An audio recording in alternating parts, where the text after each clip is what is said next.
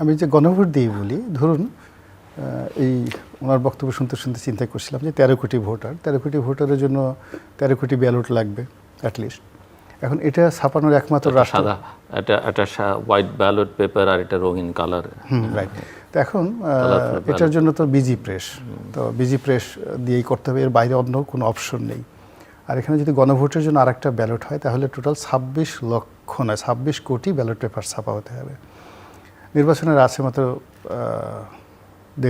দেড় মাসের মতো। তো ধরুন ব্যালট পেপার আগামী 1 মাসের মধ্যে ছাপাতে হবে। তো আমি এই বিজি প্রেসের সামনে দিয়ে আসলামই আপনার এখানে এই অনুষ্ঠানে আসার সময় আমি দেখলাম যে লাইট জ্বলছে না। মানে এই সময়টাতে মানে নর্মালি এখন ব্যালট পেপার, এই ব্যালট পেপারগুলোকে তো ঢাকা বিশ্ববিদ্যালয় বিজি না রাইট। তো ব্যালট পেপারগুলো তো ঢাকা বিশ্ববিদ্যালয়ের ব্যালট পেপারগুলো নীলক্ষেতে ছাপা হয়েছে এবং সেটি নিয়ে খুব গন্ডগোল হয়েছে। আর এই ধরনের সিকিউরিটি পেপার বিজি প্রেসের বাইরে অন্য কোথাও ছাপানোর কোনো বিধান নেই। কিন্তু 13 কোটি যে ব্যালট পেপার ছাপা হবে এবং আমাদের বিজি প্রেসের যে সক্ষমতা কতটুকু আছে আমরা কিন্তু কেউ জানি না। এটা কি অবস্থা আছে, ছাপা হয়েছে না হয়েছে, এবং রঙিনটা ছাপতে কিন্তু একটু বেশি সময় লাগে। আপনি তো এক করছেন সাদা কালো ছাপা। তো যার জন্য এই জিনিসটা মানে পুরো নির্বাচন প্রক্রিয়াতে আমরা যারা খুব আশাবাদী বা চিন্তা চেতনা করছি, এখন ব্যালট পেপারের অবস্থা কি আমরা কিন্তু এখন পর্যন্ত জানি না। 2 নম্বর হলো যে আমাদের দেশে নর্মালি ভোটের যে সময়টা দুপুরে 1 ঘন্টা খাবারের বাদ দিয়ে বিকাল 4টের মধ্যে ভোট 1 ঘন্টা বাড়ানো হয়েছে। 1 ঘন্টা বাড়ানো হয়েছে।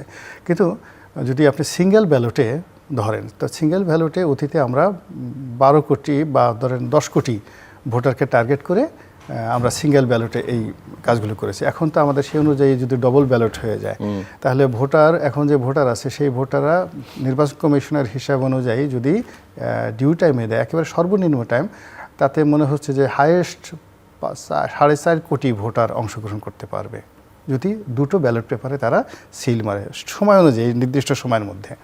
এটাও আমার সঙ্গে মিলছে না, এই যে ডটগুলো মিলছে না যে আপনি ভোট দিতে পারবেন। আপনি যদি অ্যাটলিস্ট এত আবেগময় একটা ভোট এতদিন পরে 80% ভোটের তো আপনার কাউন্ট লাগবে।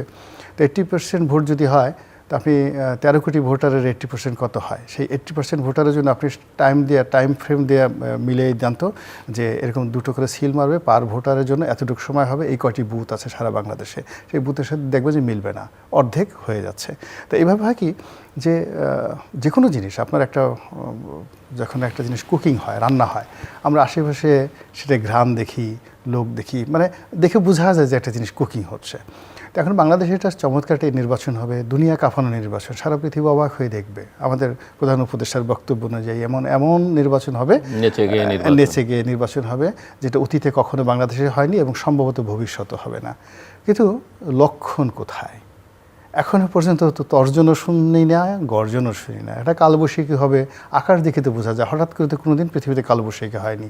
সুনামি হবে, আকাশ দেখে, সমুদ্র দেখে, বাতাস দেখে বোঝা যায় যে সুনামি হবে। এমনকি অগ্নুৎপাত হবে। সেই মানুষ 2000 বছর আগে ঘুমন্ত অবস্থায় একটা আগ্নেয়গিরি আছে, বিজ্ঞানীরা আরও 1000 বছর আগে বলে গেছে যে অত তারিখে ভবিষ্যতে এটা মানে অগ্নুৎপাত হবে। তো এই হেতু লক্ষণ। তো সেখানে বাংলাদেশের নির্বাচন হবে, এটা জাস্ট আমরা একটা গল্পের মতো, একটা স্টোরির মতো আমরা বলছি, আমরা বিশ্বাস করছি। সবচেয়ে বড় কনসার্ন যে আইন শৃঙ্খলা পরিস্থিতি। এবং এখন আইন শৃঙ্খলার ক্ষেত্রে মানে একটা ট্রল তো আপনি দেখছেন, মানুষের অনেক দুঃখের সময় হাসতে হয় না, তবুও মানে এটি নিয়ে খুব ট্রল হচ্ছে। সেটা হলো ডক্টর মোহাম্মদ ইউনূসের সঙ্গে দেখা সাক্ষাৎ করে মাহফুজ আনাম সাহেব যখন এসে বলছিলেন যে আমরা একটা যাকে বলা হয় মিডিয়া বান্ধব সরকার পেয়েছি, এরকম অতীতে আমরা কখনো পাইনি। এই কথা বলে উনি এত খুশি হয়েছিলেন। আকাশের পূর্ণিমার চাঁদ যখন মানুষের হাতে দেয় তখন মানুষ যেভাবে একটা সুন্দর হাসি দেয়, মাহফুজ আনাম মানে ডেইলি স্টার সম্পাদক ওইরকম একটা হাসি দিয়েছিলেন। তো ওটাকে একপাশে রেখে আবার যখন তিনি ওনার ডেইলি স্টার ভবন পুড়িয়ে ফেলা হলো, তখন তিনি যখন বলছে যে মত প্রকাশ তো দূরের কথা, প্রাণেই তো বাঁচতে পারছি না। এবং এই কথা বলতে গিয়ে তাকে তো আমি অনেক দিন যাবত দেখছি, তার যে হতাশা, তার যে ক্রোধ, তার যে ক্ষোভ, তার যে ভয়, আতঙ্ক কাজ করছে, এই দুটো রসায়ন দেখুন ওই দিন 6-7 মাসের মধ্যে কিভাবে রিভার্স হয়ে গেল। তো ওনরা সমাজের সর্বোচ্চ পর্যায়ে, এখানে বাংলাদেশে মতিউর রহমান, মাহফুজ আনাম থেকে শুরু করে ধরেন আপনি জিল্লুর রহমান, এখন আপনারা তো এই সমাজে একটা প্রিভিলেজ পেয়ে আসছেন। সব মানুষের ঘরে যখন চোরের ভয় থাকে, আপনি কোনোদিন চোরের ভয় করেননি। সব মানুষের মনে যখন আততায়ীর আশঙ্কা থাকে, ছিনতাইকার আশঙ্কা থাকে, কিন্তু আপনি এই সমাজে আপনি বা আপনাদের মতো লোকজন আছেন, তারা গত 30-40 বছর যাবৎ এই প্রিভিলেজ পেয়ে আসছেন সমাজে, যে আপনাদেরকে ছিনতাইকারী ধরবে না, পুলিশ আপনাদেরকে স্যালুট দেবে, কোনো সন্ত্রাসী আপনাদেরকে কোনো কিছু করবে না। সেই আপনি যখন আর্তচিৎকার করেন, আমাকে খুঁজছে, আমাকে মারবে, আমাকে মেরে ফেলবে, আপনি বুঝতে পারেন যে সমাজের রন্ধ্রে রন্ধ্রে সেই আতঙ্কটা কোন পর্যায়ে ছড়িয়ে পড়েছে। একটা সমাজের একের সর্বোচ্চ স্তর, যাদেরকে কেউ কোনো টাচ করতে পারে না, সেই মানুষগুলো এই সময় তাদের কাঁদছে। ফলে সাধারণ মানুষের তাদের কান্নার কাছে সাধারণ মানুষের কান্না যে কোন পর্যায়ে আছে, সেটা আপনি বুঝতে পারেন যে এটা তো আমি অনেক বর্বরতার ইতিহাস পড়েছি, ইচ্ছে করি আমি ইতিহাসের ছাত্র হিসেবে অনেক পৃথিবীর বর্বরতম ইতিহাস পড়েছি, কিন্তু আমাদের দেশে যে দীপু দাসের যে ঘটনাটা ঘটলো, তাকে টার্গেট করা হলো, তারপর শেষে তাকে তুলে দেওয়া হলো পুলিশের হাতে, না র্যাব তাকে নিয়ে আসলো, র্যাব আবার তাকে পুলিশের হাতে দিল, পুলিশ আবার তাদেরকে মব যারা করে তাদের হাতে দিল, মবের লোকজন তাকে মারলো, মেরে যখন নিশ্চিত হলো যে সে মরে গেছে, তখন তাকে নর্মাল গাছের নিচে না গাছের উপরে টানানো হলো, মগডাল টানানো, এরপর তাকে আগুন ধরিয়ে তাকে পোড়ানো হলো। এবং আশেপাশের মানুষ সেই দৃশ্যগুলো অত্যন্ত শান্ত চিত্তে, মনে হয় যেন একটা মুরগি রোস্ট করছে। হ্যাঁ, মানে একটা জিনিস হলো, একটা উপাদেয় খাবার রান্না হচ্ছে, একটা খাসি ঝলসানো হচ্ছে, আপনি খাবেন। তো এইরকম যখন মানুষ, লোভাতুর মানুষ ওইরকম একটা জ্বলন্ত চিতার সামনে দাঁড়িয়ে থাকে, ওইভাবে দাঁড়িয়ে থেকে এই যে ছবিগুলো তুলে সারা পৃথিবীতে এখন এটা ভাইরাল হয়ে গেছে। ভারত রীতিমতো উত্তেজিত, বাংলাদেশের যত হিন্দু কমিউনিটির লোকজন আছে, এমনকি বৌদ্ধ খ্রিস্টান যারা আছে, মাইনরিটি কমিউনিটি, তাদের সবার মধ্যে আতঙ্ক।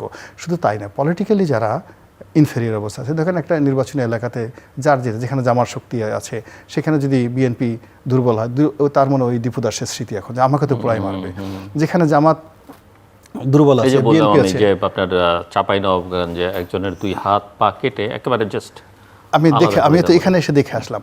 আপনি বোঝার চেষ্টা করুন যে মানুষের ভিতরে আতঙ্ক, ভয় এমন একটা জিনিস, ভয় নিয়ে কখনো সৃষ্টিশীল কোনো কিছু হয় না।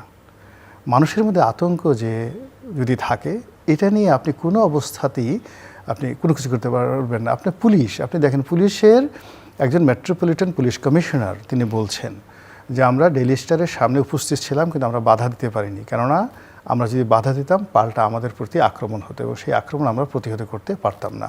তো পুলিশ যেখানে এই অবস্থা বলছে, এবং ডেইলি স্টারের সামনে যারা মব করেছে, হাইয়েস্ট কথা আমার কাছে মনে হয় না যে 100-150 বেশি লোক ছিল, নট মোর দ্যান 200, আর বাকি লোকগুলো কিন্তু দাঁড়িয়ে দাঁড়িয়ে তামসা দেখেছে।